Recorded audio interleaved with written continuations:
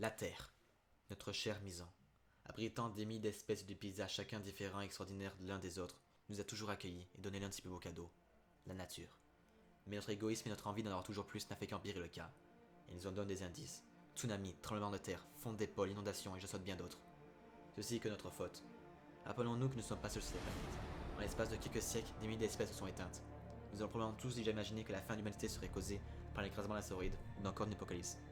Mais ce ne seront sûrement pas par celle-ci, mais bien par nous. La pollution, déjà, c'est tout ce qui altère un écosystème. Ça peut être des substances, ça peut être des radiations, puis qui lui causent du tort. Généralement, la pollution est causée par l'humain. Ça peut être d'origine naturelle, ça peut être un volcan, une éruption volcanique, mais la plupart du temps, c'est l'humain qui cause la pollution.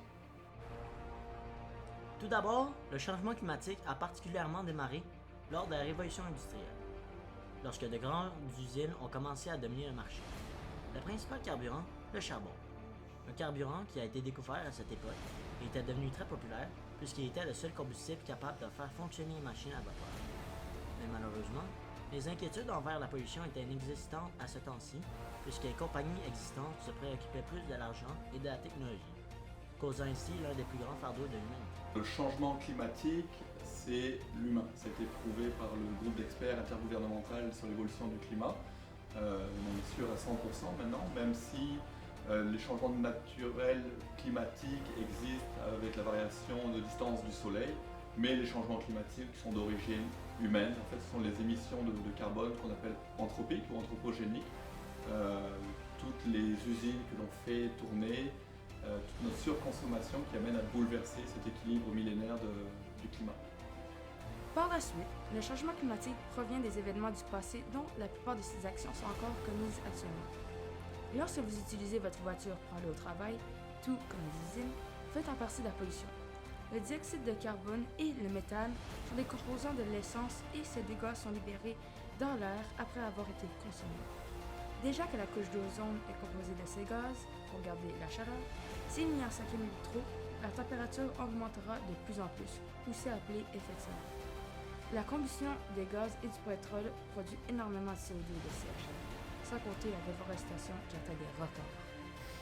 Mais ce que je peux décrire déjà sur le changement climatique, c'est, imaginez-vous un petit peu dans votre chambre, et votre lit c'est la terre.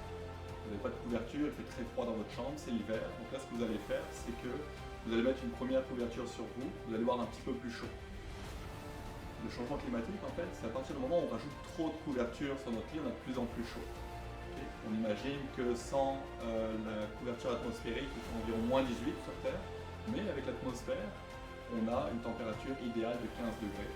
Mais le problème, c'est qu'on rajoute des couches de CO2, des couches de couverture sur notre lit finalement, qui fait de plus en plus chaud. Et c'est ça qui cause les bouleversements climatiques. Si on continue sur ce chemin, le CO2 doublera d'ici 2100, ce qui va causer la fonte de feuilles de glace de l'Antarctique avec un réchauffement climatique extrême de plus 8 degrés Celsius. Ce qui va aussi impacter la faune, comme les ours polaires qui ne vont probablement pas survivre à ce changement considérable. Sans rajouter la fonte du Groenland. Dû à ce changement, le niveau de la mer va augmenter de 6 mètres. Après la fonte complète du Groenland, cet événement sera attaché à un réchauffement climatique modéré de plus 2 degrés Celsius. Plus tard dans le futur, la glace de l'Antarctique va migrer vers le nord et qui va ensuite fondre, augmentant le niveau de la mer de plus 75 mètres. Ceci créant une nouvelle ère glaciaire.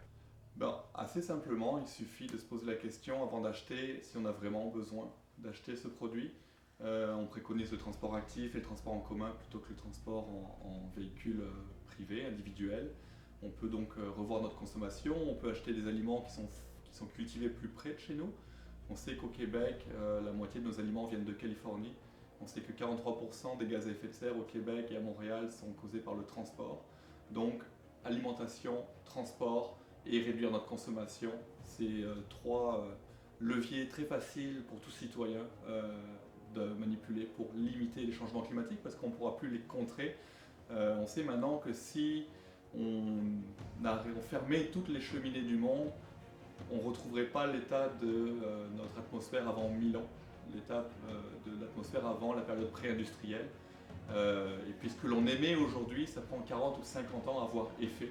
Alors on est pris pour des dizaines, voire des centaines d'années avec nos émissions actuelles. Les pays qui n'ont pas beaucoup de précipitations ont une beaucoup plus longue période de sécheresse, ce qui réduit les précipitations, ce qui cause une réduction du débit des fleuves, qui réduit la performance des centrales nucléaires ou hydroélectriques, ce qui cause un manque d'électricité dans certains pays du monde, notamment en Afrique, sans compter l'approvisionnement d'eau dans certaines régions. Un bon exemple est la Californie.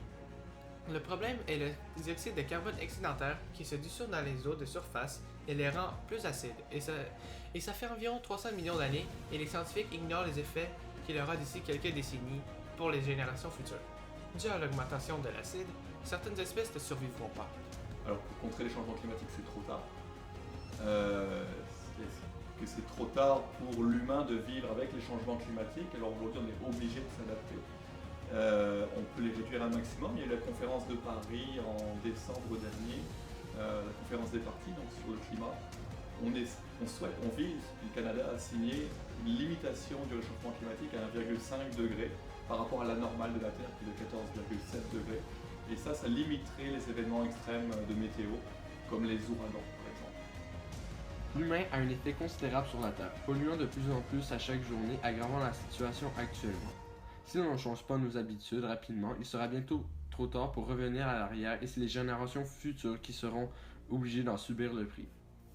J'ai 2 enfants, un enfant de 3 ans et demi puis un enfant de 6 mois. Je me demande à quel point ils vont faire face à cette problématique-là.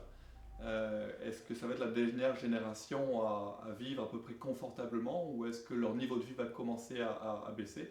Et ce qu'on voit dans le sud aujourd'hui, c'est ce qu'on verra dans notre futur à nous, en termes de montée des eaux, en termes de changement de qualité de vie, qualité de l'air, qualité de l'eau.